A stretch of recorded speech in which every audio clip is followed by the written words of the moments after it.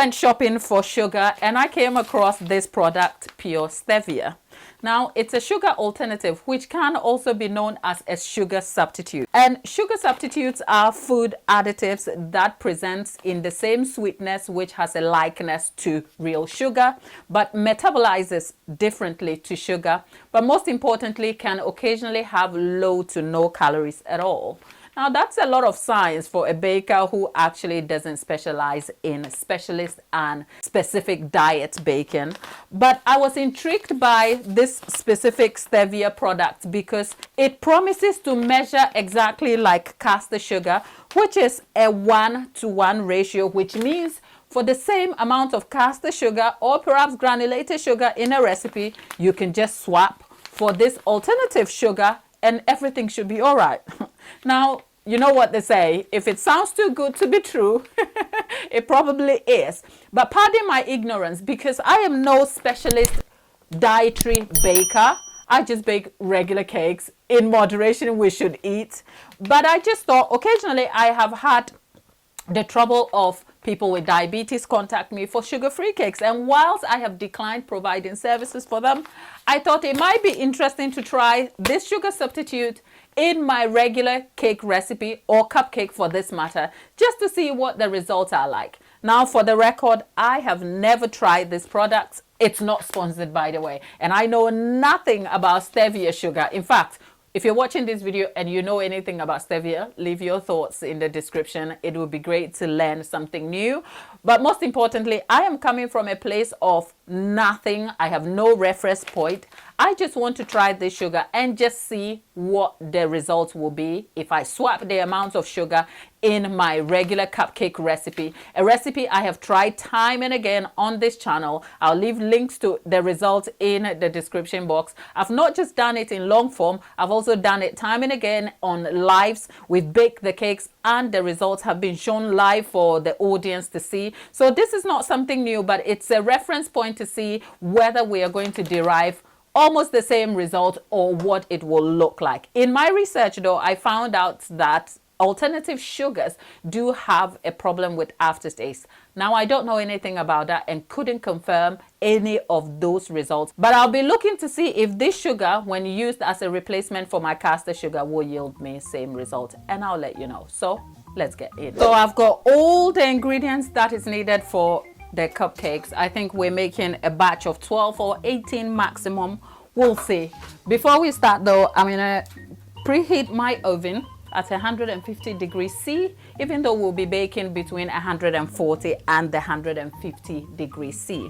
With that said, everything else from self-raising flour to eggs, buttermilk, some margarine remains the same, plus vanilla, except for the sugar, which is the sugar substitute we will be using. So whilst the oven is preheating, let me get my mixer out and we can get straight into baking this. I will leave the ingredient measurements on screen for you to see right here.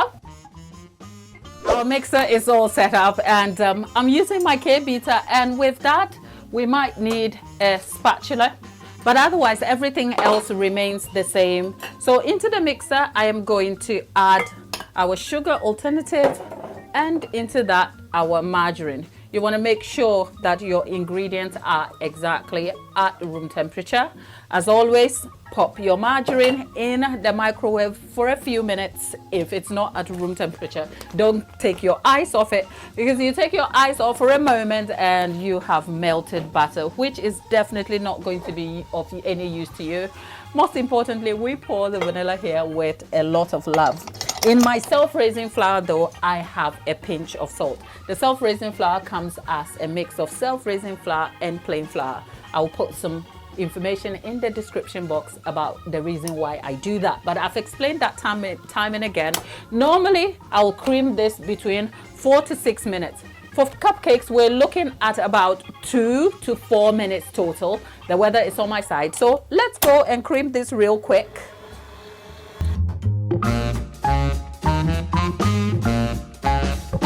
Minutes in, and there's an observation here. For some reason, the creaming of the mixture feels a little bit it doesn't stick at the bottom. I don't know if it's the margarine, because the margarine does that, but it feels like, you know, when you mix water with oil and it's not mixing, yeah, it doesn't.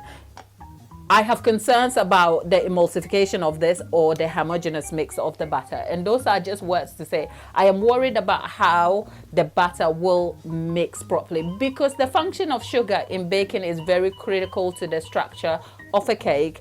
But this is early and I have no reference point. So let's get on and see what this looks like. But I don't like the look of this at all. I'm gonna cream it for another minute so that it will be 3 minutes total, and then we can continue with our eggs. 3 minutes in and I still have the same concern, except this time I just want to taste and see what this feels like.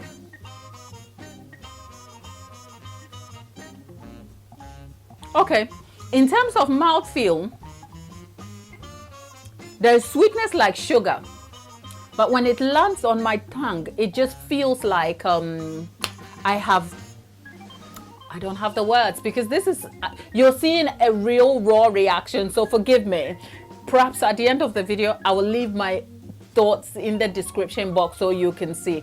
But it's not like, it's sweet, but it doesn't feel like sugar, because if I put sugar in my mouth, it takes a while and then you can feel the sugar being gritty and then it dissolves. This just feels like something that kind of like is cool in your mouth and kind of goes away. And there's a strong mouth feel to it that I can't describe. Also, I am beginning to notice something. I'll show you. You can see there is something like a liquid here. I don't know where that's come from, but it's at the bottom of the bowl, right? Which is not the same as baking with actual sugar. So it's still early. Maybe I'm just ignorant, but if you know, just leave it in the description box. Let's add the eggs now and see where we are headed with this, okay?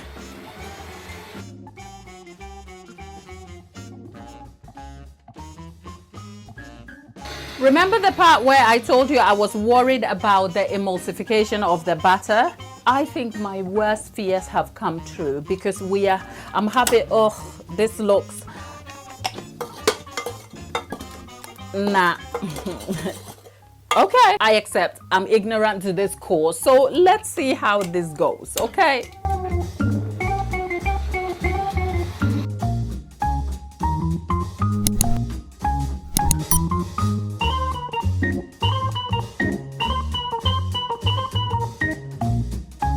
Whilst mixing the batter, there is something about it that doesn't feel right. But then again, the thing that isn't right is that I went substituting my sugar. So we've got that mixed. Let's get that all into our cupcake trays and see what the result will be. We're back. And yeah, the cupcakes baked. I will show you what they look like right now, okay? Except, in all honesty, these baked and I had a live reaction. I was filming live, so I thought it would make sense to kind of give a live reaction. I'll put a clip in here for us to see what the cupcake turned out as. Watch. Okay. Right. The cupcakes, on observation, they are tender, okay? They are tender on the outside, but this is a cupcake recipe I have used on this channel time and again, okay? And normally they are not this, okay? So let's turn this oven on and have a look at what this looks like.